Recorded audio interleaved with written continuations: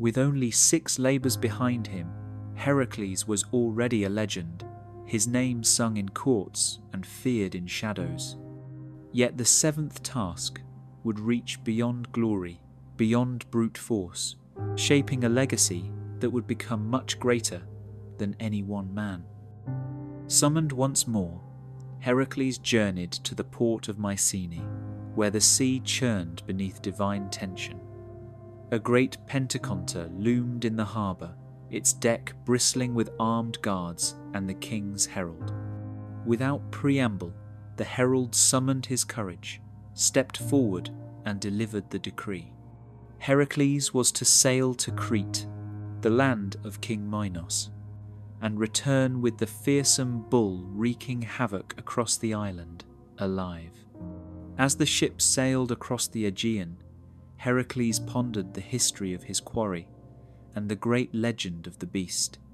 Poseidon, god of the sea, had once delivered a radiant white bull from the ocean, answering King Minos' prayers and affirming his divine right to rule. But the king, clouded by pride, refused to sacrifice the sacred creature. The insult sparked Poseidon's wrath, and vengeance fell swiftly. Madness consumed Queen Pasiphae. Overcome by unnatural desire, she fell in love with the bull and mated with it. The union gave birth to a savage monstrosity that would be locked deep within a labyrinth beneath the city in order to contain it. The creature was the Minotaur, half man, half bull, whose monstrous legacy would never be forgotten. Yet the white bull itself remained free, roaming from village to village in a storm of violence and terror. Its rage choked trade, unsettled the people, and lingered like a curse across the land, waiting for someone strong enough to end the cycle for good.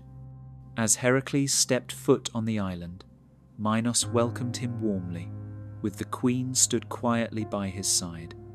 The king paraded Heracles through marble courtyards and regal halls, speaking endlessly of the bull and its curse, eager to rid himself of its ruinous presence.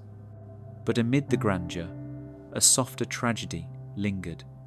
Hidden behind a column, the queen wept, both for the bull, her cursed love, and her role as an instrument in a god's petty fury. Leaving the palace behind, Heracles tracked the bull to a coastal meadow where it grazed against the backdrop of the sea. Its hide shimmered, pure and untamed. The battle that followed shook the earth. Hooves thundered, muscles strained, dust and fury hung thick in the air. But Heracles endured, his resolve carved from hardship, and the bull collapsed into the earth.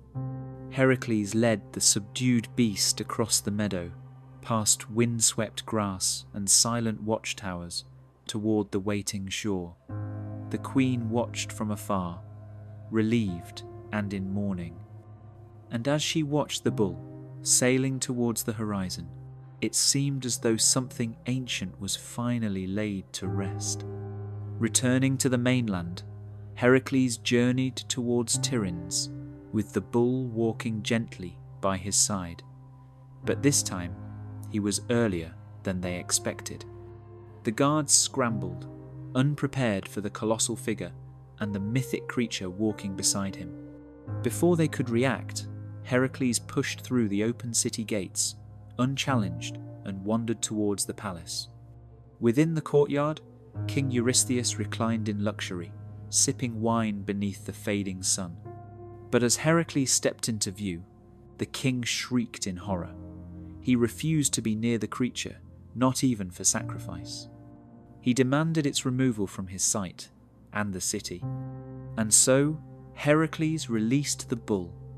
It thundered across open ground and vanished into the plains of Marathon.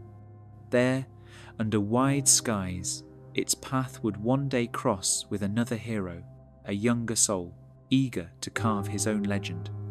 But Heracles' journey was far from over. His absolution was still waiting in the distance, where new grief, pain, and obstacles lurked. He would yet face challenges no man could bear, and fight creatures that made even the mighty gods of Olympus shudder with fear.